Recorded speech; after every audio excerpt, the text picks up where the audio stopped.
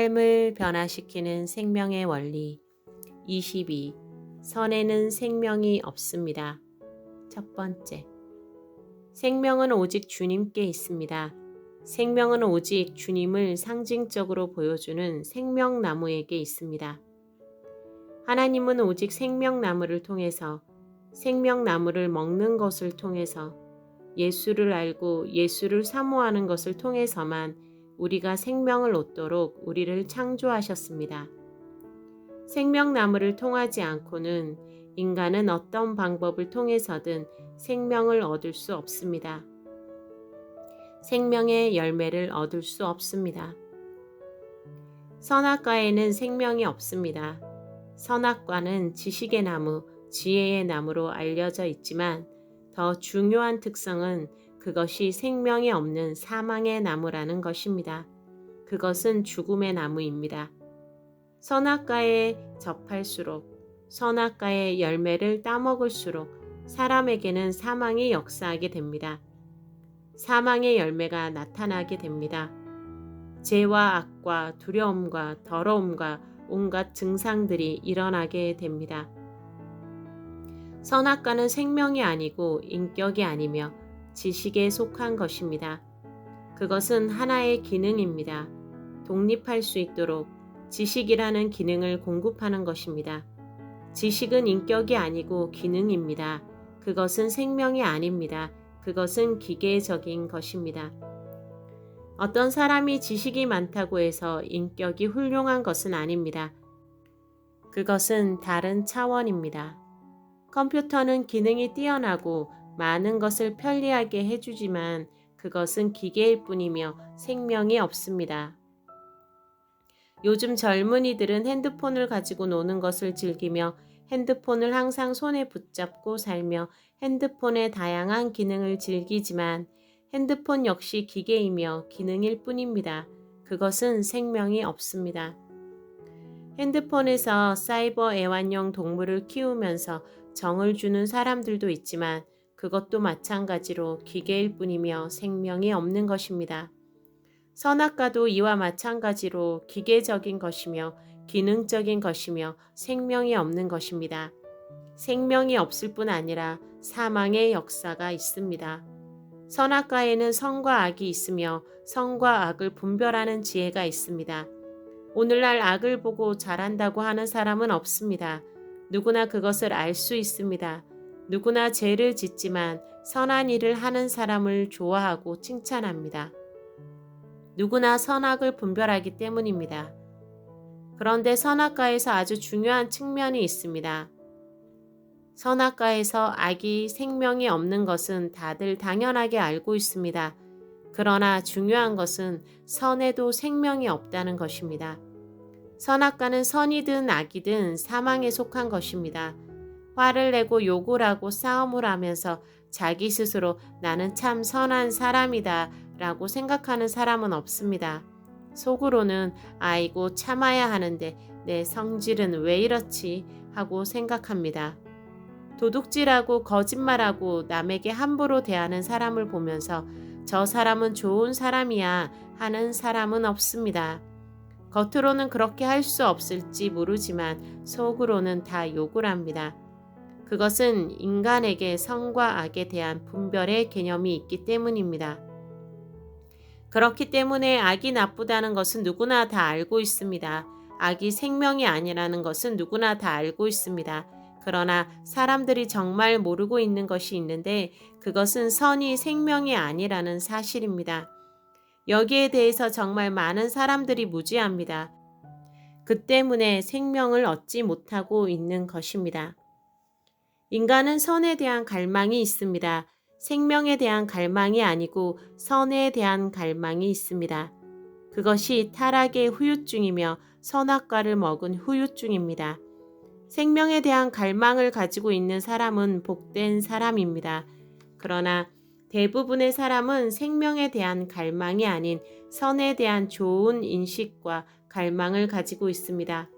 속으로는 누구나 자신이 선한 사람, 좋은 사람이 되었으면 좋겠다고 생각합니다. 하지만 그러한 갈망이 얼마나 잘못된 것인지 진리를 방해하는 것인지에 대해서 잘 모릅니다. 인간은 선함에 대한 갈망이 아니라 생명에 대한 갈망을 가져야 하며 선한 사람이 되는 것이 아니라 주님의 사람이 되어야 한다는 사실을 깨닫고 추구하는 이들은 많지 않습니다. 선이 얼마나 생명에 방해가 되는지를 이해하는 이들은 드뭅니다. 인간은 선과 악을 가지고 있으나 선을 행할 수 있는 능력은 부족합니다. 그러므로 원하지 않는 악이 속에서 자꾸 나오고 선은 잘 나오지 않습니다.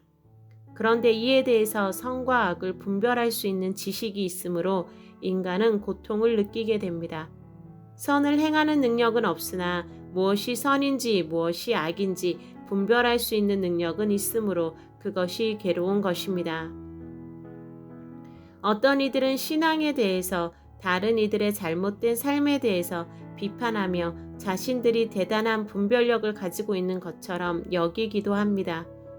하지만 악이 잘못되었다는 것은 누구나 다 아는 것입니다. 그러한 분별력은 선악과를 먹은 사람들은 누구나 다 가지고 있습니다. 문제는 악을 악이라고 분별할 수 있으나 그 악을 이길 수가 없다는 것입니다. 선과 악을 분별할 수는 있으나 악을 이길 수 없고 선을 행할 수 없기 때문에 인간은 고통스럽습니다. 자신이 선하지 않기 때문에 갈등하게 됩니다. 죄책감에 빠지게 됩니다. 그래서 생기는 것이 종교입니다. 종교는 생명이 아닙니다. 생명을 주는 것이 아닙니다. 생명같이 보이는 그럴듯한 것에 불과합니다. 그것은 인간의 죄책감을 만족시키려고 하는 것입니다. 인간들이 있는 곳에는 문화인이든 원시인이든 동서고금을 막론하고 종교가 있습니다. 그러한 종교들은 하나님이 주신 것이 아니며 인간이 만든 것입니다. 인간이 있는 곳에는 항상 죄책감이 있으며 두려움이 있기 때문입니다. 그러나 그것들은 생명을 얻을 수 없습니다. 그것은 생명에서 시작된 것이 아니라 선악과에서 시작되었기 때문입니다. 모든 사람들은 자기 나름대로의 종교가 있습니다. 그것은 한마디로 말하자면 선의 종교입니다. 그것은 선하게 살면 사후에 좋은 곳에 간다는 것입니다. 그것의 중심은 선입니다. 인류가 가지고 있는 종교에 대한 보편적인 확신이 있는데 그것은 선하게 살면 천국이든 극락이든 사후에 좋은 곳으로 간다는 것입니다. 심지어 무신론자도 선하게 사는 것이 좋은 삶이며 종교라고 생각합니다. 종교란 선한 삶을 위하여 가지는 것이라고 생각합니다. 복음을 거절하는 사람들의 이야기를 들어보십시오. 대부분 그들은 나는 교회에 다니는 사람들보다 낫다고 말합니다. 그들은 교회에 가는 목적을 선하게 살기 위한 것으로 생각합니다. 선악과를 먹은 인간은 본능적으로 그렇게 생각하게 되어 있습니다. 유감스럽게도 오늘날 신자들도 비슷한 인식을 가지고 있는 이들이 많이 있습니다. 평생을 교회에 다니며 신앙생활을 하던 권사님에게 어떻게 천국을 갈 수 있느냐고 물으면 착하게 살면 천국에 가겠지요 라는 대답을 하는 것을 들을 수 있습니다. 이들은 아직 기독교의 중심 진리를 잘 모르고 있는 것입니다. 그러한 인식은 생명나무적인 것이 아니고 선악과적인 것입니다. 선악과에서 나온 선이 생명을 방해하고 있는 것입니다. 사람은 선하게 살아서 구원을 얻는 것이 아니라 그리스도의 생명을 얻음으로 구원에 이르게 되는 것인데 오늘날 많은 그리스도인들이 이 진리에 분명하게 거하지 않고 있습니다. 복음을 거절하는 사람들의 중심에는 자기의가 있습니다. 자기 선이 있습니다. 그것은 나는 선하다는 인식입니다. 그것이야말로 무서운 것이며 복음을 방해하는 것입니다. 그러한 이들에게는 주님이 들어가실 수 없습니다. 자기의가 있고 자기 선이 있는 곳에 주님은 임하지 않으십니다. 그것은 가장 무서운 교만이기 때문입니다. 그러한 이들은 계속 사망의 상태에 있을 수밖에 없습니다. 스스로 선하다고 여기는 이들은 실제적인 영혼의 어두움 속에서 갇혀서 살게 됩니다. 그들은 선악과의 틀 속에 갇혀 있어서 생명나무에게로 나아갈 수 없습니다.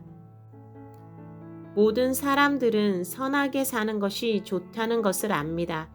가난한 이들을 돕고 봉사하며 섬기는 것은 모든 사람들이 칭찬합니다. 교회가 그러한 일을 한다면 그것을 반대하는 사람들은 없습니다. 마리아가 아주 비싼 향유인 순전한 나드 한 근을 예수의 발에 붓고 씻겼을 때 가룟 유다는 말했습니다. 이 향유를 어찌하여 300데나리온에 팔아 가난한 자들에게 주지 아니하였느냐 하니 요한복음 12장 5절. 그러나 성경은 가룟 유다의 동기를 이렇게 설명하고 있습니다. 이렇게 말함은 가난한 자들을 생각함이 아니요 저는 도적이라 돈꾀를 맞고 거기 넣은 것을 훔쳐 가밀어라. 요한복음 12장 6절. 가룟 유다는 애당초 가난한 자들에게는 아무런 관심이 없었습니다. 다만 그는 돈이 탐났을 뿐이었습니다. 그는 저 비싼 돈을 아무 쓸데없이 낭비한다 생각하니 정말 아까워서 죽을 지경이었고 그 여자의 한심스러움이 어처구니가 없었습니다.